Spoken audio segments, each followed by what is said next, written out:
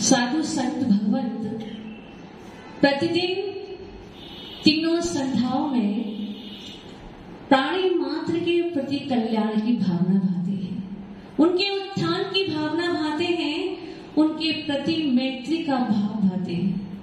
सत्य सुमैत्री, जितने भी जगत के प्राणी हैं वे सब कैसे हैं? मेरे जैसे ही हैं। चाहे वो एक इंद्रिय हो, दो इंद्रिय हो, तीन इंद्रिय हो, चार इंद्रिय हो, और चाहे वो पंच इंद्रिय हो, संगी हो अथवा असंगी हो, सब प्राणी कैसे हैं? मेरे ही समान है ना? आत्मा कैसी सब में एक जैसे ही आत्मा विद्यमान है। कोई बड़ा नहीं है, कोई छोटा नहीं है, कोई अमीर भी नहीं है और कोई निर्धन भी नहीं है। आत्मा की दृष्टि से देखें तो जगत के जितने भी प्राणी हैं सब एक जैसे हैं। तो ये जो साधु संत भगवंत होते हैं वो क्या करते हैं? प्रतिदिन तीन लोगों के जितने भी प्राणी हैं उनके प्रति मैत्री भाव भाते हैं, उनके हित की बात करते हैं, उनके कष्टों को दूर करने की बात करते हैं। किसी को भी दुख नहीं देते और ना ही जो दुखी है, और जो दुखी है उनके कष्टों को दूर करने का उपक्रम करते हैं, प्रयास करते हैं। इसी को मैत्री भाव कहते हैं। मैत्री भाव का मतलब ये नहीं है कि जो हमारे मिलने वाले हैं, जिनसे हमारा मन मिलता है, उनके साथ हम हंस करके बैठकर बात कर लें, मुस्कुरा लें, ये मैत्री भाव नहीं है। मैत्री भाव का मतलब ये है कि जगत के जितने भी प्राणी हैं वे सब कैसे हैं? समान हैं। किसी भी प्राणी को दुख नहीं देना है और जो दुखी हैं उनको भी सुखी करने का प्रयास करना है। ऐसा ये मैत्री भाव होता है। और इस मैत्री भाव को भाते भाते ही वो दिगंबर संत महंत क्या करते हैं? तीर्थंकर प्रकृति, जो एक 148 प्रकृतियों में सबसे ज्यादा पुण्यात्मा पुण्य प्रकृति कही जाती है, उसका बंध भी कर लिया करते हैं, है ना। देखो, जब कोई स्त्री माँ बनती है तो अपने बच्चे के प्रति जो उसका वात्सल्य होता है, प्रेम होता है, ममता होती है, उसके निमित्त से उस बच्चे के प्रति अनुराग के विषय जब उसके आंचल से दूध झरने लग जाया करता है, तो जो विश्व के समस्त प्राणियों के प्रति अपना मैत्री भाव रखते हैं, उत्थान की भावना रखते हैं, उनके हित की भावना रखते हैं, परोपकार की भावना रखते हैं, ऐसे तीर्थंकर प्रभु के शरीर में पूर्ण रक्त कैसा होता है, श्वेत होता है। तो इसमें कोई भी आश्चर्य की बात नहीं है। ये उनकी करुणा ही है, उनका मैत्री भाव ही है, उनका वह विचार ही है कि सर्वे जीवंतु सुखिना, सब जगत के जो प्राणी है वो कैसे रहे, सुखी रहे। हम सब जानते हैं कि आगामी जो 24वीं होगी उसमें प्रथम कीर्तनकर कौन होंगे, कौन होंगे, राजा श्रेणी। राजा श्रेणी भी प्रथम कीर्तनकर होंगे, और वो तीर्थंकर ऐसे ही नहीं बंधे। आपको पता है, जब राजा श्रेणी और रानी चेलना के घर में कोई संतान आने वाली थी तो रानी चेलना का शरीर सूखने लगा था, मुरझाने लगी थी वो, और उसके मन में बहुत बुरे बुरे ख्याल आने लगे थे। उसको दौहला हुआ था, इतना भयानक दौहला हुआ था कि समझ में भी नहीं आ रहा था कि पति से कैसे कहूं। और दौहला यदि पूरा नहीं हो तो क्या होता है, वह माँ सूखने लग जाती है, उसका शरीर मुरझाने लगता है। तो चेलना भी जो थी वो दिन पर दिन सूखती जा रही थी, उसका शरीर जीर्ण होता जा रहा था। राजा सैनिक ने जब देखा, चेलना से पूछा, प्रिय क्या बात है, क्यों सूखती जा रही हो? तो उसने कहा, स्वामी मैं कैसे बताऊं आपको कि मेरे मन में कैसे कैसे विचार उठ रहे हैं, मेरा बड़े ही पाप का उदय है जो मेरे मन में ऐसे भाव उठ रहे हैं। राजा सैनिक ने कहा, बताओ तो क्या बात है, मैं भी तो जानूं। तो रानी चेलना ने कहा, हे नाथ, मेरे मन में ऐसे भाव उठ रहे हैं कि मैं आपके हृदय से लगकर रक्त पान करूं। ऐसे भाव किसके हो सकते हैं? देखो, अगर कोई पुण्य पुरुष इस पृथ्वी पर आने वाला होता है तो उसकी माँ को जब दोहला होता है वो बड़ा पुण्यात्मक होता है। उसके भाव ऐसे होते हैं कि वह क्षेत्रों की वंदना करे, साधु संतों का दर्शन करे। आचार्य विमल सागर महाराज जी जब गर्भ में थे, उनकी माँ को दोहला हुआ था कि सोनागिर की यात्रा करूं, और देखो कितना पुण्यात्मा था वो जीव। उस अवस्था में ही माँ ने क्या किया, सोनागिर की यात्रा की। और उनके प्रथम जो मुंडन संस्कार था वह भी सोनागिर में हुआ, और जो मुंड दीक्षा के संस्कार थे वो भी कहां पर हुए, सोनागिर में हुए।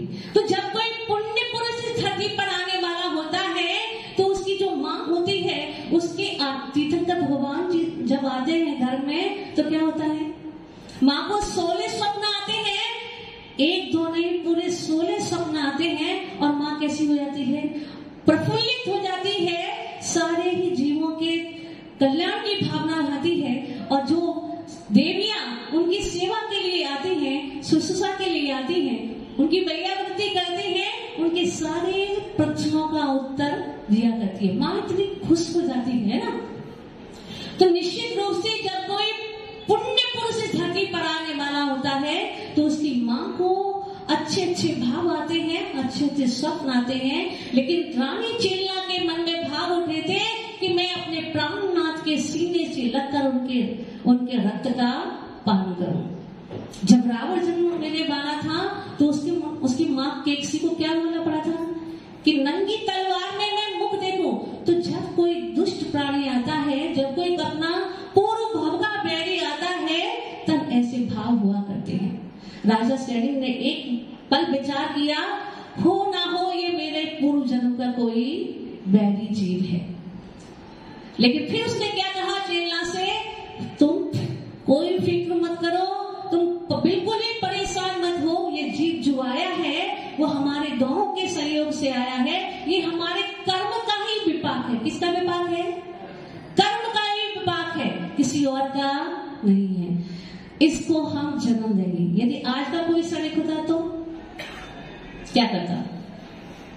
यदि आपको पता चल जाए कि आपके यहाँ कोई ऐसा जीव आने वाला है जो आपका ही नाश करेगा, आप क्या करते? तुरंत आप ही लोग कह रहे हो एबॉर्शन करा देते, है ना?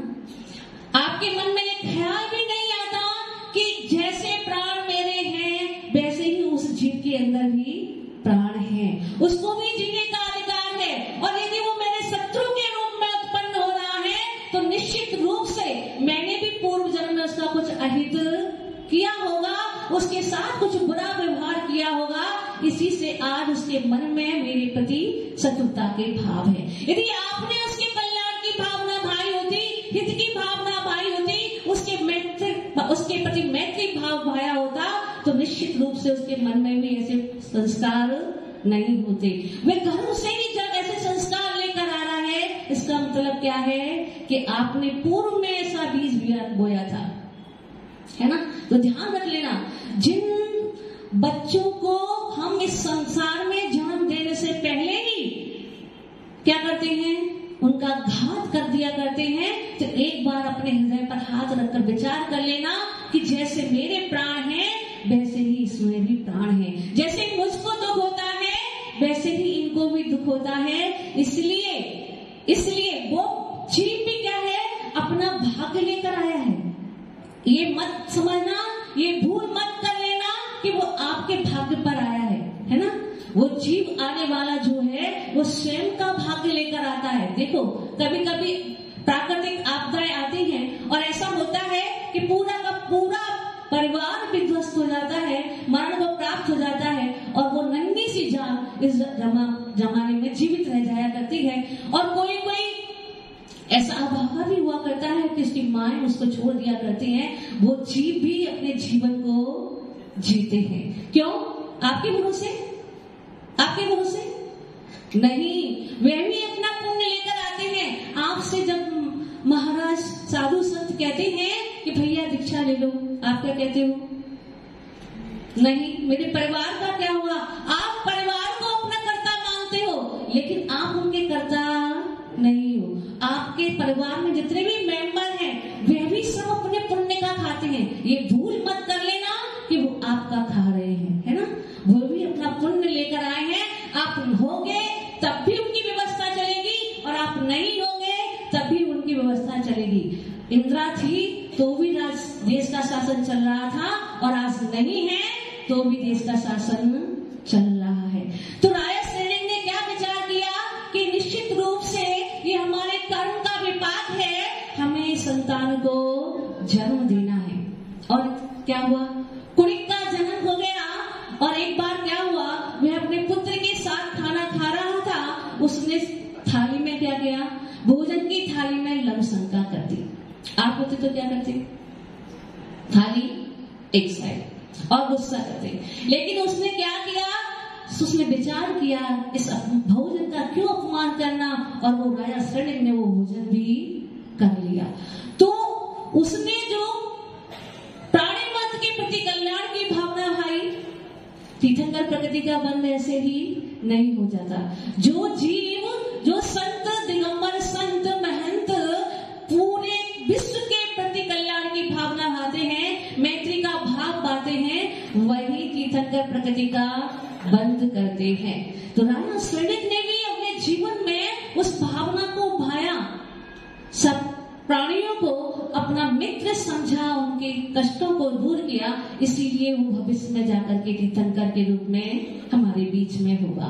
तो बंधुओं, याद रख लेना, कोई भी हो, चाहे वो हमारा पड़ोसी हो, चाहे वो हमारा भाई हो, कोई भी क्यों ना हो, हमके क्या करना है, हमें जहां तक बन सके दूसरों का उपकार करना है। यदि दूसरों का भला करोगे तो आपका भी भला होगा।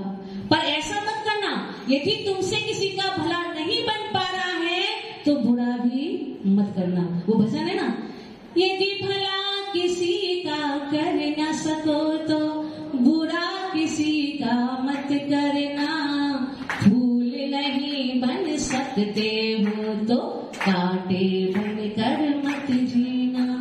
यदि तुमसे बन सके तो दूसरों की सेवा कर लेना, दूसरों का हित कर लेना, और नहीं बन सके तो अहित भी मत करना।